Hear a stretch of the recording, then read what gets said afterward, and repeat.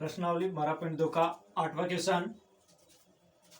फर्श पर एक फूलों का डिजाइन 16 त्रिभुजाकार टाइलों से बनाया गया है। इस प्रकार एक डिजाइन बनाया गया है जो 16 त्रिभुजाकार टाइलों से बनाया गया है, जिनमें से प्रत्येक की भुजाएं 9 सेमी, 28 सेमी और 35 सेमी हैं।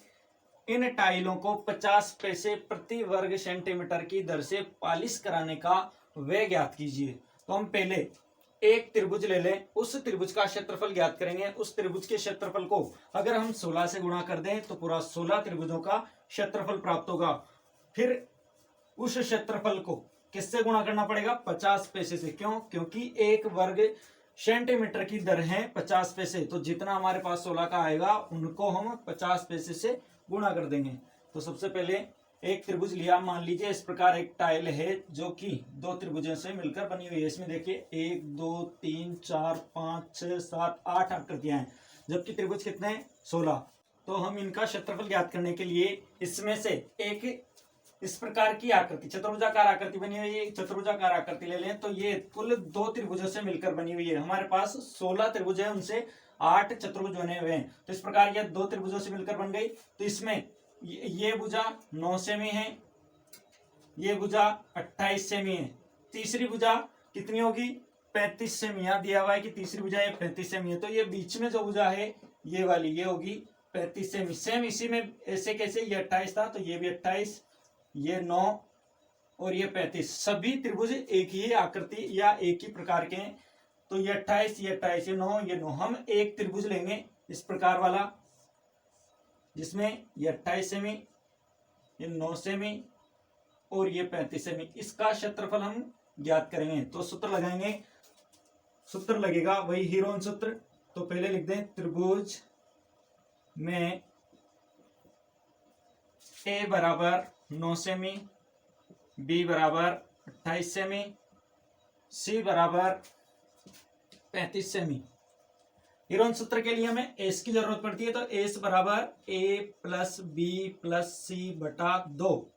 ए का मान अपने पास 9 है, बी का मान 28, सी का मान 35 बटा 2।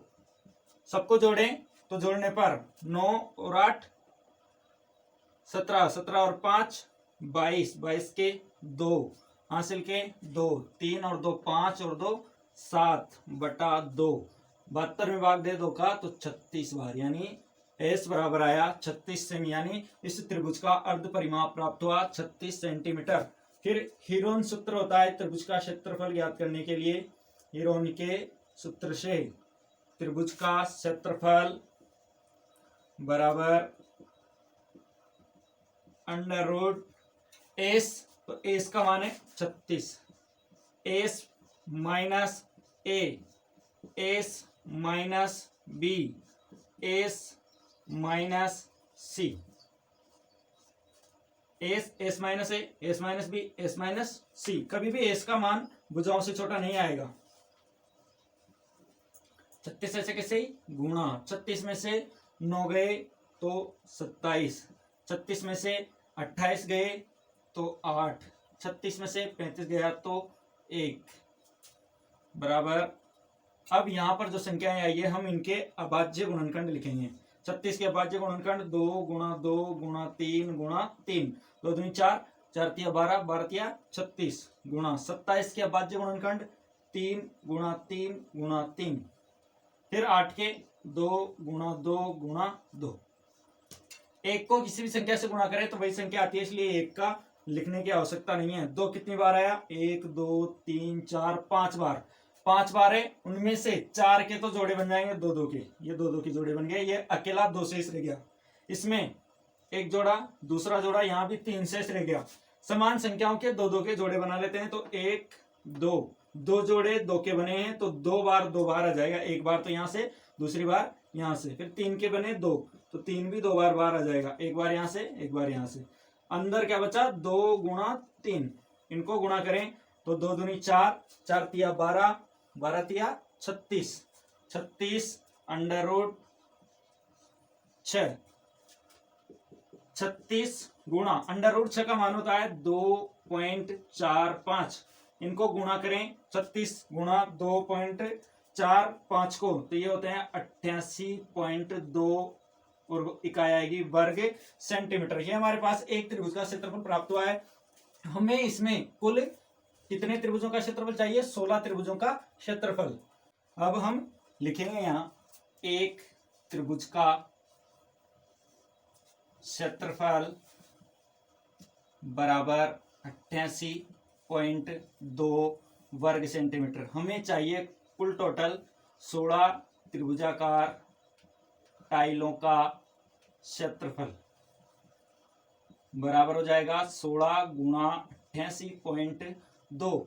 16 को 88.2 से गुणा करें तो हमारे पास आता है 1411.2 वर्ग सेंटीमीटर। किसका मान है ये? टोटल जो आकृति बनी हुई है 16 त्रिभुजाकार टाइलों से एक फूल बना हुआ है, उसका क्षेत्रफल आ गया 1411.2 वर्ग सेंटीमीटर। हमें आगे क्या ज्ञात करना है कि इसका पॉलिश कराने का व्यय कितना आया। तो एक वर्ग सेंटीमीटर का खर्च है 50 पैसे, हमें चाहिए 1411.2 वर्ग सेंटीमीटर का। तो हम लिखेंगे यहाँ, चूंकि एक वर्ग सेंटीमीटर पॉलिश का व्यय बराबर 0.50 रुपए। 0.50 रुपए लिखें या 50 पैसे लिखें, एक ही बात है।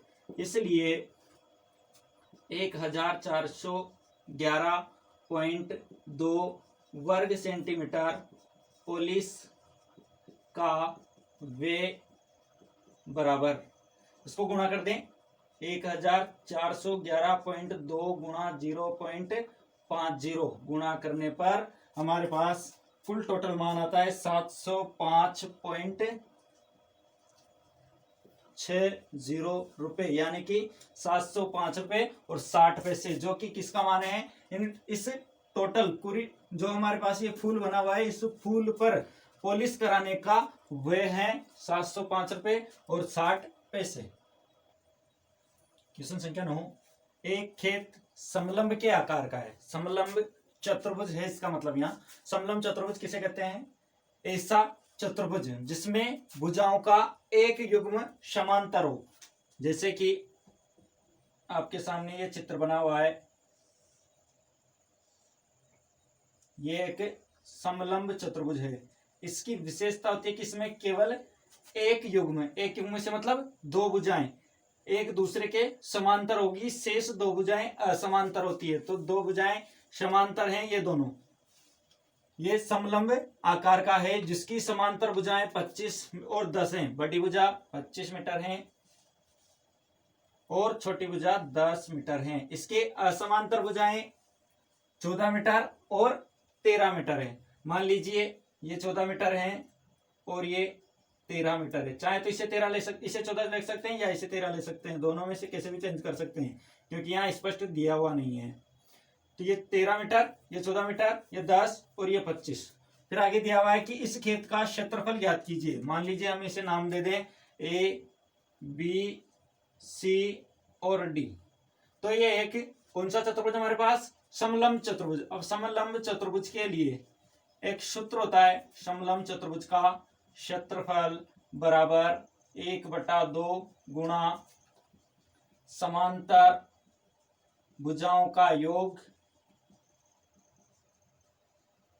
समांतर भुजाओं का योग गुणा समांतर भुजाओं के बीच की दूरी। बीच की दूरी कौन सी होगी? मान लीजिए हमने यहां से एक लंब डाला, इस प्रकार ये बीच की दूरी होगी। तो ए, बी, सी, डी और ये ई बिंदु मान लेते हैं। तो अगर हम इसका क्षेत्रफल ज्ञात करेंगे तो समांतर भुजाओं का योग हो जाएगा 25 और 10। समांतर भुजाओं के बीच की दूरी मतलब इन दोनों के मध्य की दूरी, चाहे इस पॉइंट पे ले चाहे यहां ले, दोनों में समान दूरी प्राप्त होगी। तो ये दूरी कितनी है? सी ई दूरी ज्ञात करने के लिए हम एक रचना करेंगे। इसमें यहाँ पर इस भुजा के एडी भुजा के समांतर एक रेखा खींचेंगे तो वो इस प्रकार प्राप्त होगी। ये 13 मीटर है तो ये भी 13 मीटर प्राप्त होगी। अगर ये 10 मीटर है तो ये भी 10 मीटर प्राप्त होगी। शेष रही 25 में से 10 हट गई, क्योंकि इसके सामने इसी के समांतर एक रेखा खींची है, दोनों पहले से समांतर है, तो ये 10 तो ये भी 10, ये 13 तो ये भी 13। शेष यहां से यहां तक रहा 15 मीटर।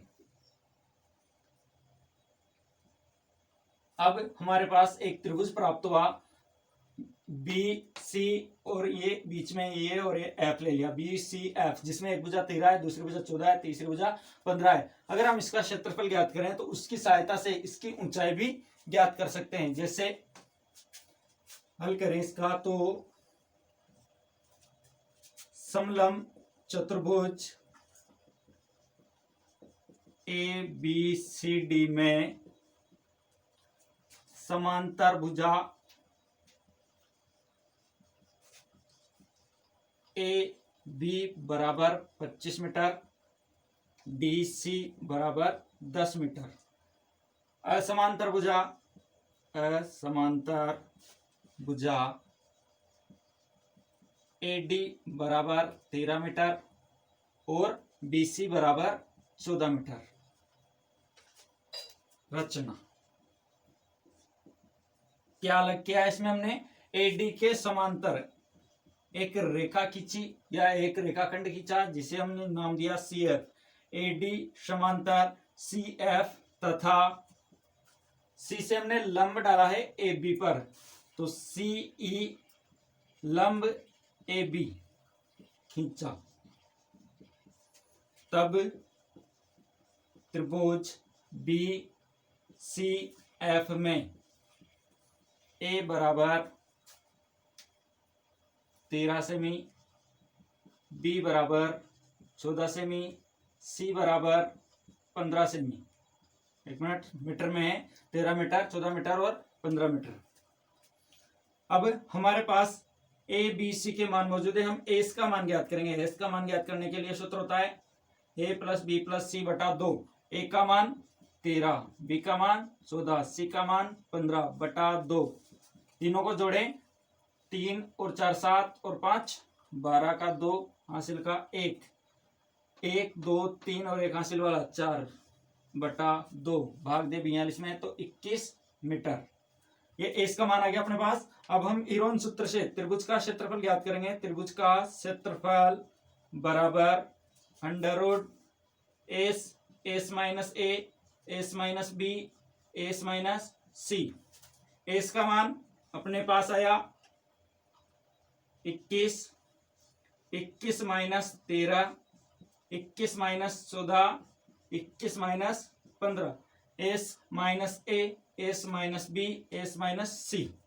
आगे हल करें तो ये प्राप्त हुआ 21। ऐसे कैसे, 21 में से 13 गए तो ये प्राप्त होते हैं 8, फिर 21 में से 14 गए तो हमारे पास प्राप्त हुए 7, फिर 21 में से 15 गए तो 6। इनके अभाज्य गुणनखंड करें तो 21 के अभाज्य गुणनखंड होते हैं 3 गुणा 7, 8 के 2 गुणा 2 गुणा 2, 7 अभाज्य संख्या है, 6 के 2 गुणा 3। देखिए इसमें 3 कितने बार आया, 1 2, 2 बार आया तो एक जोड़ा बनेगा, एक जोड़े में से एक बार बार आ जाएगा। 1 2 3 4 बार 2 आया है, 3 में से 2 बार आ जाएगा।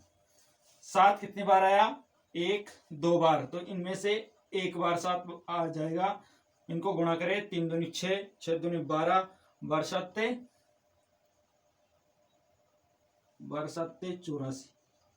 84 वर्ग मीटर। एक त्रिभुज का क्षेत्रफल आया अपने पास 84 वर्ग मीटर। अब आगे ध्यान दीजिए, त्रिभुज का क्षेत्रफल एक और सूत्र होता है हमारे पास, वो लगा रहे हैं हम, क्यों, क्योंकि ऊंचाई हमें ज्ञात करनी है सी। त्रिभुज का क्षेत्रफल होता है 1/2 गुणा आधार गुणा ऊंचाई। ये भी त्रिभुज का क्षेत्रफल है, ये भी त्रिभुज का क्षेत्रफल है, तो दोनों बराबर होंगे, तो 1/2 गुणा आधार का मान, ये आधार है 15। ऊंचाई का मान, ऊंचाई हम ज्ञात कर रहे हैं, नहीं दी हुई है, तो ये ऊंचाई, तो 1/2 गुणा 15 यानी 15/2 गुणा ऊंचाई। फिर वापस लिखेंगे 15/2 गुणा ऊंचाई। हमें ऊंचाई का मान चाहिए, तो ऊंचाई बराबर, ऊंचाई उधर तो ये हो जाएगा 84 भाग 15/2। ये गुणा में है, दूसरी तरफ जाएगा तो किस में जाएगा, भाग में। भाग में जाएगा तो हम भाग देंगे इसमें 84 गुणा 2/15 होगा, क्योंकि 2 नीचे से ऊपर चला जाएगा। ऊपर जाने पर हम भाग देंगे तो हमारे पास प्राप्त होगा 11.2, यानी ऊंचाई बराबर 11.2 मीटर। किसका मान प्राप्त हुआ, ऊंचाई का मान। अब हमें जरूरत किसकी थी, इस ऊंचाई की, इन दोनों समांतर भुजाओं के बीच की दूरी की। तो समलंब चतुर्भुज का क्षेत्रफल का सूत्र होता है 1/2 गुणा समांतर भुजाओं का योग, समांतर भुजा एक तो 25, दूसरी 10, गुणा समांतर भुजाओं के बीच की दूरी जो हमारे पास है ये 11.2 मीटर। तो 11.2, तो 1/2 गुणा 25 + 10 35 गुणा 11.2। 35 को 11.2 से गुणा करेंगे, फिर उसमें हम भाग लगाएंगे 2 का, या फिर पहले 2 का भाग लगा लें। तो 2 का भाग लगाएंगे तो ये प्राप्त होगा 5.6। 2 का भाग 11 में 5 बार, 1 शेष रहा, 2 का भाग 12 में 6 बार। अब हम 35 को 5.6 से गुणा करें तो कितना प्राप्त होगा, 35 को किससे गुणा करेंगे, 5.6 से। तो 5.6 से गुणा करने पर